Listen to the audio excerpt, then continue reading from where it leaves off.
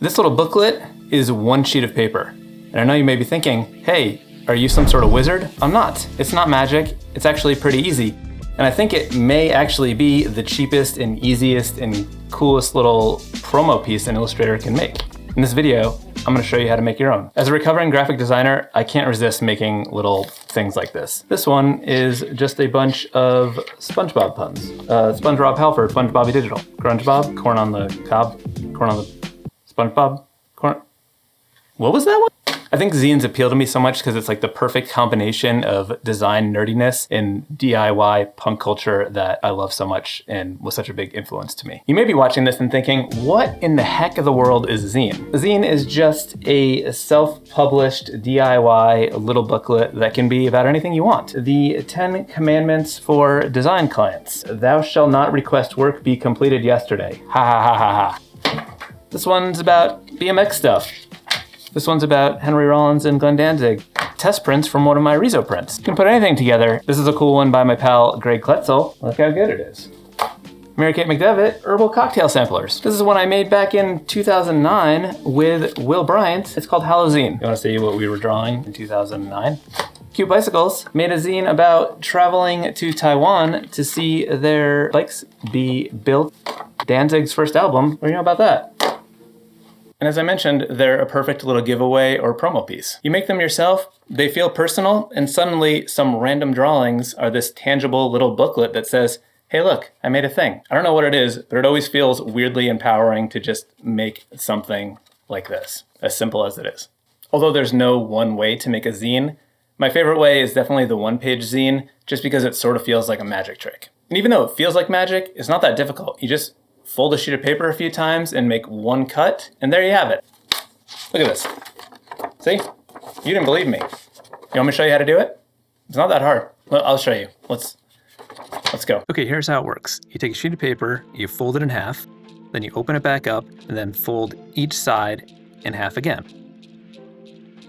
Open that up and you've got 4 sections, and then you take it the short way and fold it in half so that you have 8 sections. These 8 sections will be your individual pages. Now all you need to do to make this work as a book is just cut a slit right in the middle along the sides of the middle 2 pages.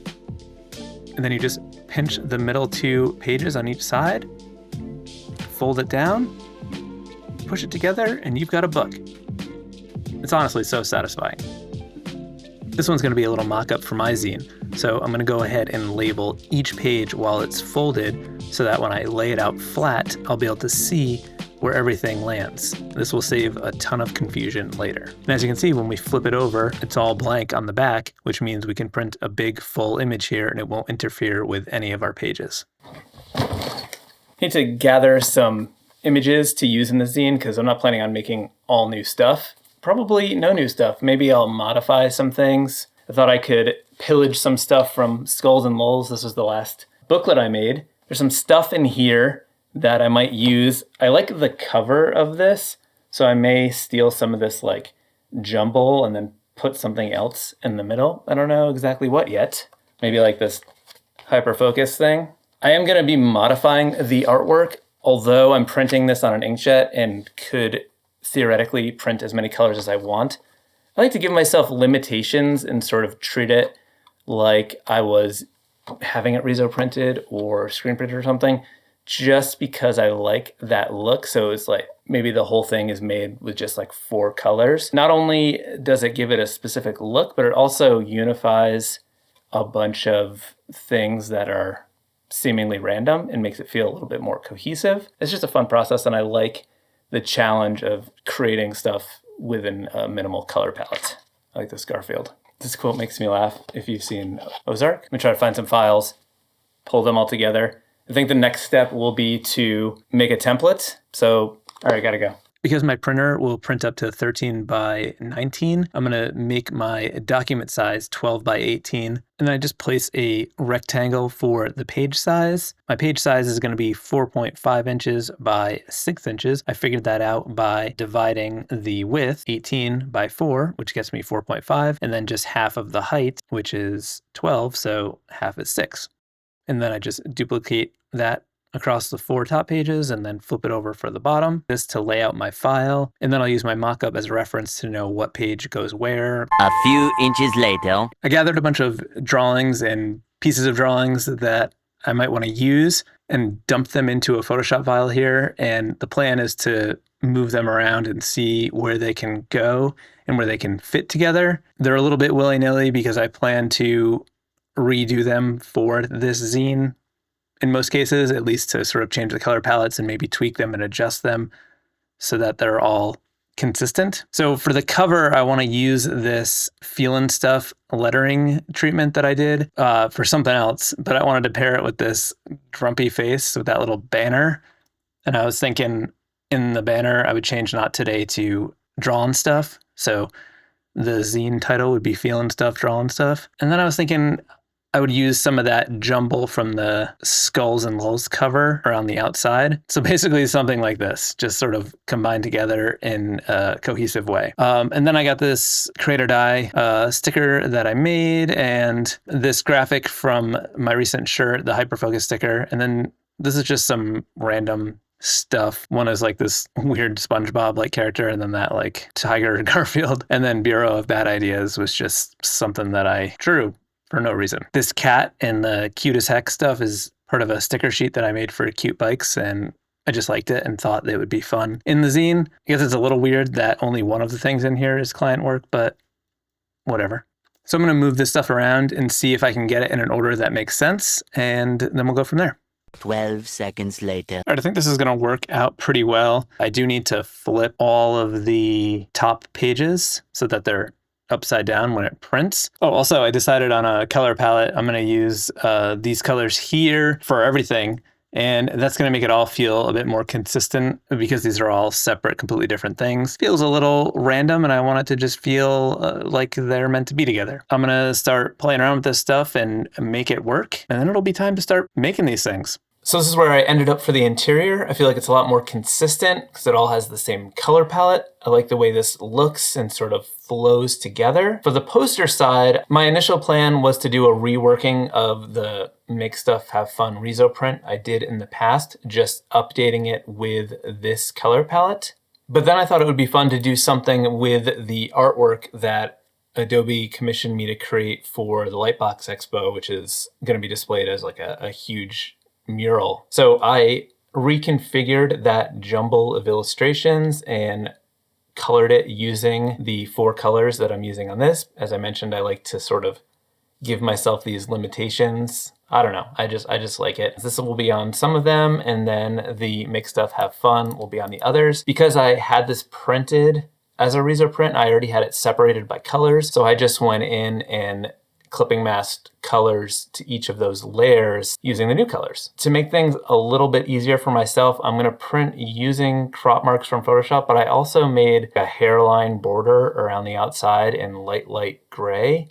That won't really be noticeable, but I did that because I may use my paper cutter. And when you use a paper cutter, it cuts off the trim marks so they don't work for you. You really can only use the trim marks if you're gonna cut with an X-Acto blade, and the paper cutter will be quicker. And I'm gonna make a bunch of these. On the poster side, I'm not gonna do any trim marks or any crop marks because if there's any like shifting in paper, I don't want them to be visible. In the print dialog box, that's where I can turn on the trim marks.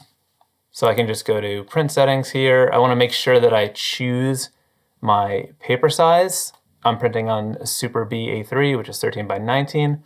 That way there's no scaling involved. Sometimes printers will have an option where there is something about scaling. So I want to make sure that that is turned off. So it is defaulting right here. It says scale to fit paper size. I want that completely turned off because since I'm printing front and back and needing them to be a specific size, I don't want the printer doing any thinking it's handling stuff behind my back. We can make sure our corner crop marks are on and we can see those there. All looks good. I'll print a bunch of these and then flip them over and then run them through with the poster side, and then we will start assembling them.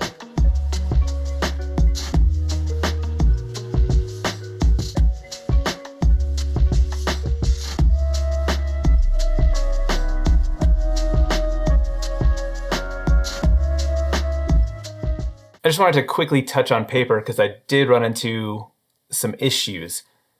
I originally just looked for a inkjet paper that was coated on both sides at the size I needed, which was A3B, 13 by 19. And I didn't take into account the fact that the paper might be pretty thick.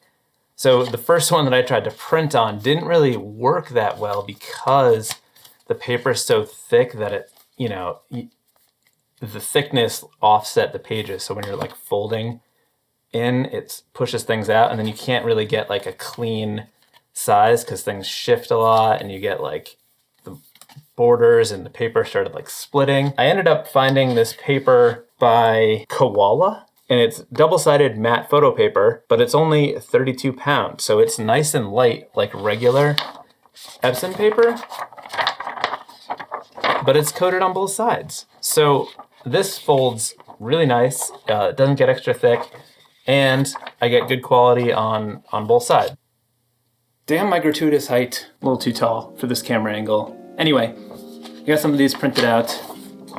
We got the zine pages on this side, got the poster on the back side, and now we're gonna assemble one and hope that it works out. Need to cut these down because I printed them smaller than the sheet size, and just start at the crop mark like this. And then when I rotate it, even though this is cut, it's still attached here, so I still have that crop mark. If you're getting a ruler for this kind of thing, highly recommend one with cork so it doesn't slide and slice off your finger, because these X-Acto blades are pretty sharp. I'm trying to be as precise as possible because I want a clean fold. I don't want it to get sloppy, and when you're folding that many times, it can get a little off if you're not careful. So I'm doing my best to take my time here.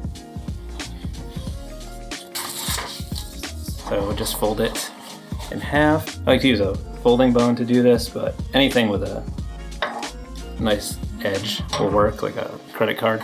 And then you open it back up, just as I showed you before, and then we fold the insides in.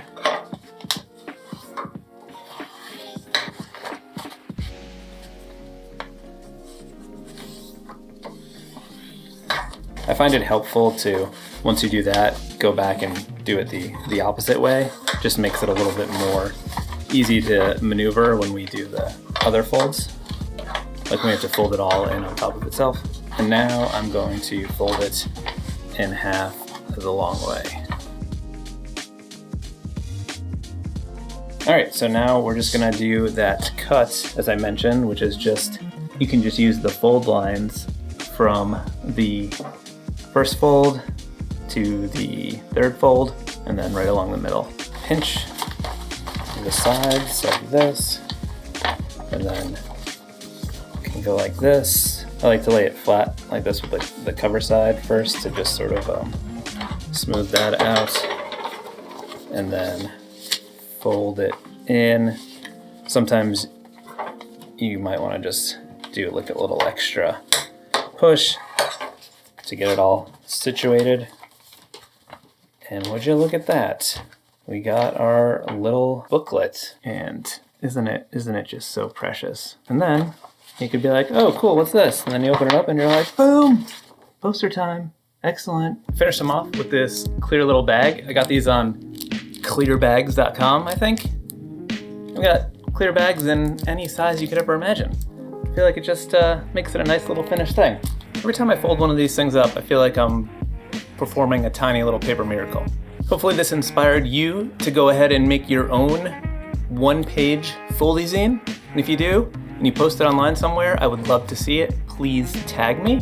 And while you're here, why don't you check out this other video where I print those SpongeBob zines, and for the cover, I use this 80s Japanese weird printer that may or may not be dangerous.